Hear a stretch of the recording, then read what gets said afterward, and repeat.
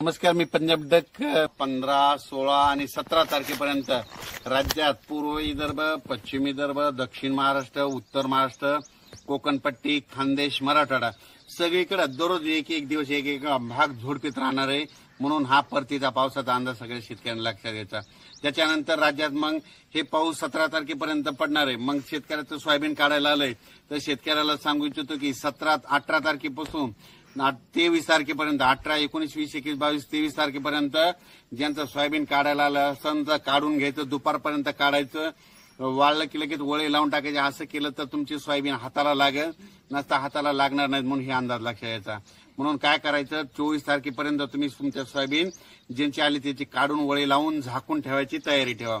त्याच्यानंतर मग राज्यात परत कधी पाऊस येणार आहे तर राज्यात परत सांगू इच्छितो की 24 सप्टेंबर, 25, 26, 27 आणि 28 सप्टेंबर दरम्यान परत राज्यात आता जसा मुसळधार पाऊस पडायला आहे तसा पाऊस पडणार आहे. म्हणून हा अंदाज लक्षात घ्यायचा. त्याच्यानंतर आपण मागील अंदाजामध्ये म्हटलं होतं की अहिल्यानगरकडं, नाशिककडं खूप पाऊस पडणार आहे. त्याच्यामुळे जायकवाडीचं पाणी 1.25 लाख क्युसेसनं सोडावं लागेल असं त्या धरणावरून एक अंदाज दिला. तर तुम्ही पाहू शकता 1.25 लाखांना पाणी सोडलं. आणि परत या नदीकाठच्या जायकवाडी धरणाच्या, गोदावरी नदीच्या शेतकऱ्याला सांगू इच्छितो की तुम्ही काय करा, जरा ह्या 2-3 दिवस आपल्या जनावरांची काळजी घ्या. कारण की आज देखील म्हणजे जायकवाडी धरण त्याच्या कॅचमेंट एरियामध्ये आज देखील काही ठिकाणी मुसळधार, कुठं अतिमुसळधार पाऊस पडणार आहे. त्याच्यामुळे परत त्या धरणाला, जायकवाडीला पाणी येणार आहे. मग 2 लाख क्युसेसनं जर पाणी सुटलं तर तुमच्या गावांना बऱ्याच ठिकाणी पाणी येईल. म्हणून हे सगळ्यांनी हे लक्षात घ्यायचं. कारण की तुम्हाला सांगतो की आज रात्रीला, मध्यरात्रीला पाऊस पडणारच आहे. त्याच्यामुळे जायकवाडीचं पाणी आता 1.25 लाखांना सुटलंय आणि त्याच्यानंतर माजलगावच्या धरणाचं 14,000 सोडलंय. स्थानिक पाऊस पडलाय. असं करत करत त्या गोदावरी नदीला तुम्हाला सांगतो 1,35,000 क्युसेसनं पाणी चालू आहे. आणि तुम्हाला सांगतो ह्या नदीची पातळी किती आहे, 1.5 लाखाच्या वर गेलं की गावांना पाणी द्यायला सुरुवात होती. म्हणून म्हणतो आता हे 1.5 लाखाच्या वर कधी बी तळ्याचं पाणी सोडू शकतात. म्हणून तुमचे जनावर, तुमच्या पाईपलाईन, तुमच्या मोटर ह्या काढून ठेवा. कारण की शेतकऱ्याला ह्या गोष्टी कोणी तुम्हाला सतर्क करत नाहीत. म्हणून एक शेतकरी नात्यानं तळमळीनं तुम्हाला सांगत आहे. त्याच्यानंतर राज्यात सांगायचं झालं तर पाऊस कसा पडणार आहे. राज्यात सांगायचं झालं तर नांदेड जिल्हा, लातूर जिल्हा, बीड जिल्हा, परभणी जिल्हा, धाराशिव जिल्हा, हिंगोली, धाराशिव जिल्हा, सांगली, सातारा, सोलापूर, कोल्हापूर, कुडाळ, कोकणपट्टी पूर्ण, त्याच्यानंतर अहिल्यानगर, पुणे 2, बीड, जालना, संभाजीनगर, बुलढाणा, अकोला, अमरावती, वर्धा, नागपूर, भंडारा, गोंदिया, चंद्रपूर.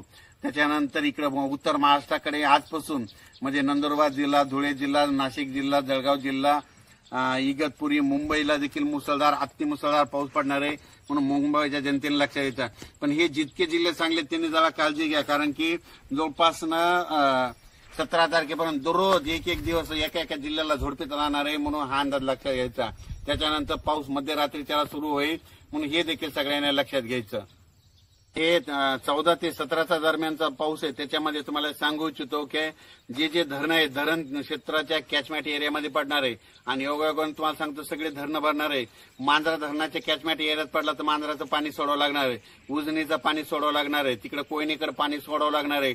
पुण्याकडे पाऊस पडणार आहे. मुळाचं पाणी सुटत. त्याच्यानंतर निळवंडे धरणाचं पाणी सुटल. नाशिककडे पाऊस पडणार आहे म्हणून आज. त्याच्यानंतर भंडारा धरणाचं पाणी सोडावं लागणार आहे. गंगापूर धरणाचं पाणी सुटल. नाशिककडले छोटे मोठे जे स्वयंसेवी दरवाजे ते आपण धरणं ते ओव्हरफ्लो होते. त्याच्यामुळे सर्व शेतकऱ्याला सांगू इच्छितो की तुम्ही स्वतःची काळजी घ्या आणि आपल्या पशुधनाची देखील काळजी घ्या. कारण की तुम्ही स्वतः येऊन पाणी आलं तर पळू शकतात. पण हे पशुधन हे पशुधन आहे ना, याला कोणी वाचू शकत नाही. त्यांना ते दोरीनं बांधलेले असतात. म्हणून ते दगावण्याची शक्यता आहे. म्हणून माझी तुम्हाला सगळ्याला विनंती आहे. म्हणजे सांगायचं झालं तर जवळपास मी म्हटलं होतं ना, परतीचा पाऊस खूप पडणार आहे. तर राज्यात परतीचा पाऊस सगळ्याला एकदा झोडपूनच काढणार आहे. म्हणून हा अंदाज लक्षात द्यायचा. म्हणजे सांगायचं झालं तर तुम्हाला सांगतो योगायोगाने मी आता विदर्भामध्ये आलेला. इथं सोयाबीनचा कार्यक्रम, पीक प्रात्यक्षिक म्हणजे सोयाबीन पाहणी कार्यक्रम होता. आणि योगायोगाने काय झालं, चिखलानं सगळे बूट भरले होते. म्हणून या ठिकाणी पाणी घेता येईल. म्हणजे इतकं पाणी ह्या इकडं वरती आलंय. तर तुम्हाला सांगू इच्छितो इतका एक्सेस पाऊस झालाय. आणि काल देखील तुम्हाला सांगतो तर मी म्हटलं होतं ना, बालम टाकडी, त्याच्यानंतर बालम टाकडी, नगर जिल्ह्यामध्ये पैठण या परिसरामध्ये खूप मुसळधार पाऊस पडत तर तिकडे सगळ्या मुसळधार पडला आणि ज्या ठिकाणी एका विहिरीचं पूजन केलं तर तिथलं एक तळ कोरडं होतं. मी म्हटलं होतं याचं पूजन करायलाच येईन. आता इथून मी नागपूरहून गेल्याच्या नंतर त्या ठिकाणी पूजन करायला जाणार आहे, तिथून देखील तुम्हाला परत एक अंदाज जाणार आहे. तर मी त्या शेतकऱ्याला म्हणलं होतं काही चिंता करू नका, तुम्हाला तळ्यामध्ये पाणी आहे आणि ते योगायोगानं तळ देखील भरलं. तुम्हाला सांगू इच्छितो की बालन टाकळी धुकेश्वर राहता पैठण त्या परिसरामध्ये म्हणजे नगर जिल्ह्यामध्ये इतका पाऊस पडला की त्यांना समाधानकारक झाला. मी म्हटलं होतं ना जिथं वंचित भाग आहे त्या सगळ्या वंचित भागाला पाऊस पडणार आहे म्हणून हे अंदाज सांगितला होता. आणि आणखीन देखील ह्या 4 दिवसामध्ये ज्या ठिकाणी पाऊस अद्यापही पडलेला नाही तिथे सगळ्या वडे नाले वाहतील म्हणून हे अंदाज सगळ्यांनी लक्षात घ्यायचा. धुळे कन्नड या परिसरात देखील जळगाव कन्नड पुन्हा त्याच्यानंतर येरूळ अजिंठा त्या परिसरात बी चांगला पाऊस पडणार आहे. बुलढाणा जिल्ह्यात देखील पडणार आहे. तर हे अंदाज लक्षात घ्यायचा. आणि आणखीन देखील 4 दिवस विदर्भ मराठवाडा पश्चिम महाराष्ट्र उत्तर महाराष्ट्र कोकणपट्टी खानदेश सगळीकडे दररोज एक जिल्ह्यात पाऊस पडणार आहे म्हणून अंदाज लक्षात घ्यायचा. अचानक वातावरणात बदल झाला तर लगेच एक मेसेज दिला जाईल. धन्यवाद.